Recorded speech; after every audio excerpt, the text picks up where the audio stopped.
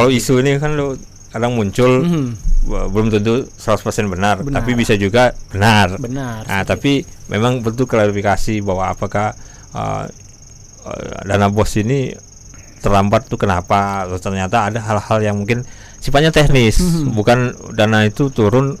Sebenarnya dana itu diturunkan karena kesalahan-kesalahan di beberapa sekolah, ya pada akhirnya jadi terlambat itu tadi. Seperti yang Bung Dery, seperti yang Bung Dery katakan tadi. Terlambat pelaporan ya akhirnya sekolah itu yang menanggung kerugian, ya akhirnya dia harus minjem kemungkinan seperti itu. Bisa juga ya, kita juga udah tahu ya, namanya sistem itu kan supaya pekerjaan itu bisa lebih mudah harusnya. Tapi ya tidak semua sistem itu sempurna, pasti ada hal-hal yang mungkin menjadi celah akhirnya menyebabkan keterlambatan. Tapi kita berharap kedepannya jangan terjadi lagi seperti hal-hal ini ya, keterlambatan ini. Kasihan anak didik yang sekolah di tempat itu.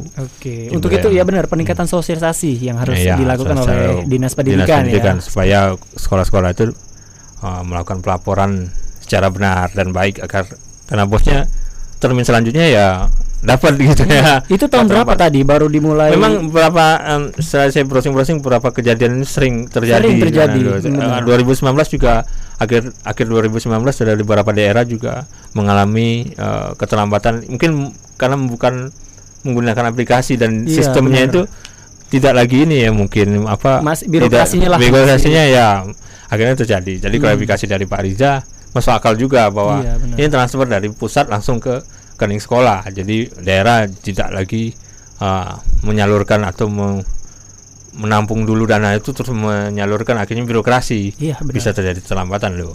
Nanti kita terhubung dengan di segmen kedua bersama Bapak Suherman. Kayaknya segmen ketiga nih. Lupa.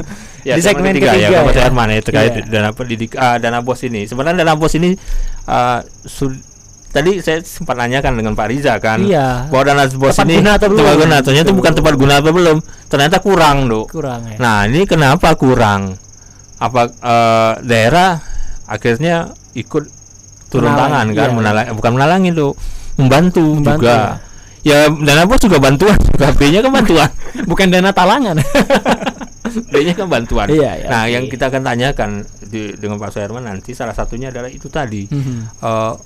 Kok pendidikan ini kan 20% dari APBN.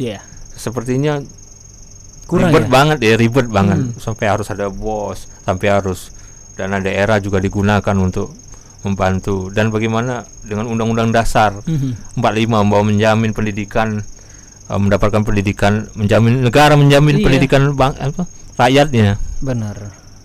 Fakir miskin dan rantai bukan itu ya? Iya, bukan. Bukan. Nah, nanti kita ke Pak Suherman. Kita jeda dulu Nando ya. Dan untuk Smart Listener kami masih mengundang Anda ya, buat yang mau bergabung silakan hubungi kami di via telepon di 0711360031 atau di via WhatsApp kami di 0811780118. Kami segera kembali.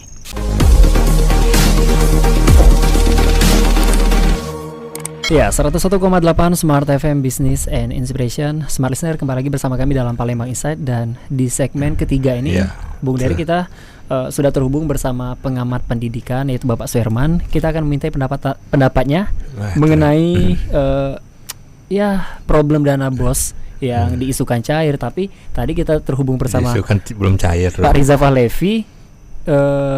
Beliau mengatakan bahwa itu belum cair, sudah lama terjadi. Bahkan. Iya, Oke, nanti kita tanyakan. Oke, langsung kita sudah terhubung. Ya, selamat sore Pak Suherman. Selamat sore. Iya, apa kabar nih Pak? Sehat? Alhamdulillah. Iya. Ya Pak Suherman, ini ada pemberitaan dari Tribun Sumsel terkait dengan keterlambatan dana BOS yang menyebabkan ada beberapa kepala sekolah menggunakan dana pribadi untuk operasional sekolah. Nah, ini tadi klarifikasi dari Pak Riza bahwa keterlambatan itu tidak ada. Yang ada cuman ada beberapa kepala sekolah yang salah mengisi atau terlambat mengisi form laporan. Jadi akhirnya termin selanjutnya dia tidak mendapatkan dana BOS dan harus menanggung kegiatan operasional di sekolahnya dengan dana pribadi. Tapi tetap juga bahwa terlambat itu nggak boleh, walaupun embel-embelnya bahwa itu bukan terlambat tapi kesalahan kepala sekolah. Tapi ya sekolah itu mau operasional dari mana uangnya? Masa uang pribadi kan nggak mungkin nih Pak Suherman. Nah, ini apakah dunia pendidikan, wajah dunia pendidikan Indonesia ini masih seperti itu juga, seperti menteri sebelumnya seperti itu ya, menteri milenial sekarang seperti ini juga. Nah, apakah akan seperti ini juga dunia pendidikan kita nih, Pak Suherman? Baiklah, saya kira masalah dana BOS, bantuan operasional sekolah itu memang dari pusat. Jadi secara online dia harus laporannya ke pusat.